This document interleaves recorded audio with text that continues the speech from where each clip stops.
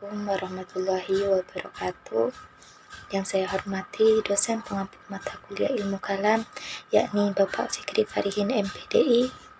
Perkenalkan, nama saya Akurnia Finanda, NIM 25096480017 dari kelas 2C Prodi Piau. Di sini saya akan membahas tentang perbandingan antar aliran teologi yang berfokus pada pelaku dosa besar, konsep iman dan konsep kufur, dan juga perbedaannya.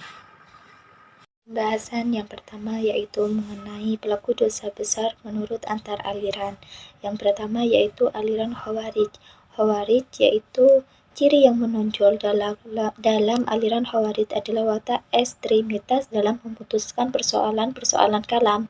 Tidak mengherankan kalau aliran ini memiliki pandangan ekstrim pula tentang pelaku dosa besar dan penetapan siapa yang kafir dan siapa yang mukmin. Mereka yang melakukan dosa besar secara otomatis dianggap sebagai orang kafir. Khawarij berpendapat bahwa pelaku dosa besar telah keluar dari Islam dan dihukumi kafir jika seseorang melakukan dosa besar dan mati tanpa bertaubat, maka ia akan kekal di dalam neraka. Kalau menurut aliran Murji'ah, dalam perspektif Murji'ah, orang Islam yang berbuat dosa besar tidaklah menjadi kafir, melainkan tetap mukmin. Persoalan dosa besarnya diserahkan kepada Tuhan dalam keputusannya kelak di hari perhitungan. Aliran yang selanjutnya yaitu aliran Mu'tazilah. Menurut Mu'tazilah, mereka tidak menetapkan status dan predikat yang pasti bagi pelaku dosa besar, apakah tetap mukmin atau telah kafir. Mereka menyebut dalam paham mereka al-manzilah baina al-manzilatain, yakni bukan mukmin dan bukan kafir, tetapi mereka dinamakan fasik. Jika tidak bertaubat, mereka akan disiksa di neraka selama-lamanya. Mereka menegaskan bahwa Tuhan wajib memberikan pahala kepada yang berbuat baik dan menyiksa yang berbuat buruk. Dan pada aliran Ahlus Sunnah wal Jamaah, mereka berpendapat orang yang berbuat dosa besar tidaklah kafir dan tidaklah mereka tetap mukmin, dengan mengatakan bahwa mukmin yang mengesahkan Allah tetapi ia fasik, maka pahala atau siksaannya tergantung kepada kehendak Allah. Jika Allah menghendaki, maka ia diampuni dan dimasukkan ke dalam surga, dan jika Allah menghendaki, maka ia disiksa karena kefasikannya, kemudian dimasukkan ke dalam surga. Pembahasan yang kedua yaitu mengenai konsep iman. Iman di sini yaitu percaya. Dalam pembahasan ilmu kalam, konsep iman terbagi menjadi 3 kelompok atau 3 macam.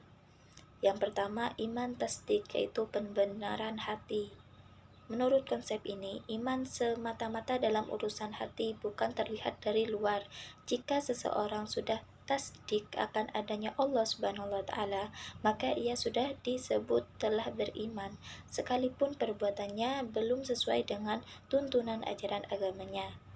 Yang kedua yaitu iman ikrar atau ucapan lisan. Menurut konsep ini, iman yaitu mengucapkan syahadat atau pernyataan keimanan dengan lisan. Yang ketiga yaitu iman amal atau perbuatan. Menurut konsep ini, antara iman dan perbuatan manusia terdapat keterkaitan karena keimanan seseorang ditentukan pula oleh amal perbuatannya. Iman menurut antar aliran teologi. Yang pertama yaitu konsep keimanan menurut aliran Khawarij. Menurut Khawarij, iman tidak hanya keyakinan batin, tetapi wajib diwujudkan dalam ucapan dan amal. Dan apabila mereka melakukan dosa besar, maka mereka langsung dinyatakan kafir menurut konsep Khawarij. Yang kedua, konsep iman menurut Murji'ah. Iman menurut Murji'ah itu ada sepenuhnya di dalam hati. Seseorang dianggap beriman penuh meski secara lisan ia menyatakan kekufuran atau secara fisik menyembah berhala. Selama hatinya tetap meyakini Tuhan, dosa besar dianggap tidak berpengaruh sedikit pun terhadap iman, menurut Murji'ah. Iman menurut aliran Mu'tazilah bukan hanya sekadar pengakuan hati, melainkan perpaduan antara membenarkan dengan hati, mengucapkan dengan lisan, dan mengerjakan dengan perbuatan.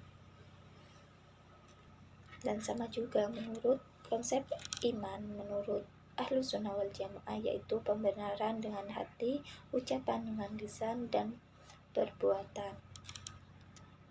Dan yang ketiga yaitu konsep kufur.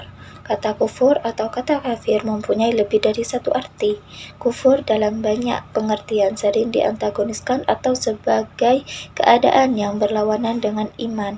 Adapun yang dimaksud kufur dalam pembahasan ini adalah keadaan tidak beriman kepada Allah Subhanahu wa taala.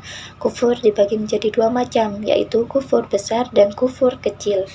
Kufur besar bisa mengeluarkan seseorang dari agama Islam. Terkadang kufur besar terjadi dengan ucapan atau perbuatan yang sangat bertolak belakang dengan iman, seperti mencela Allah dan Rasul-Nya. Yang kedua, kufur kecil. Kufur kecil yaitu tidak menjadikan pelakunya keluar dari agama Islam, dan ia adalah kufur amali. Kufur amali ialah dosa-dosa yang disebutkan di dalam Al-Quran dan As-Sunnah sebagai dosa-dosa kufur, tetapi tidak mencapai derajat kufur besar seperti kufur nikmat. Konsep kufur menurut antar aliran teologi. Aliran Khawarij, setiap dosa besar yaitu kufur akbar, jadi pelaku zina, mencuri dianggap sudah kafir. Menurut aliran Mu'tazilah ada posisi tengah, pelaku dosa besar bukan kafir tapi fasik, tidak disebut mukmin. Yang ketiga, menurut aliran Murji'ah, kufur hanya pengikraran hati dan lisan. Dosa besar tidak berpengaruh. Menurut Ahlus Sunnah wal Jamaah, kufur hanya terjadi kalau ada pengingkaran, pendustaan, atau perbuatan yang jelas menunjukkan pada pengingkaran. Dosa besar tetap dosa, tidak otomatis kufur atau kafir. Pembahasan yang keempat yaitu perbedaan antar aliran teologi dalam memahami pelaku dosa besar, konsep iman, dan konsep kufur. Yang pertama yaitu perbedaan dalam kedudukan amal terhadap iman. Yang kedua yaitu perbedaan dalam memahami sifat iman. Yang ketiga yaitu perbedaan dalam menetapkan status hukum pelaku dosa besar. Yang keempat yaitu perbedaan dalam batasan konsep kufur. Cukup sampai di sini yang dapat saya sampaikan. Wassalamualaikum warahmatullahi wabarakatuh.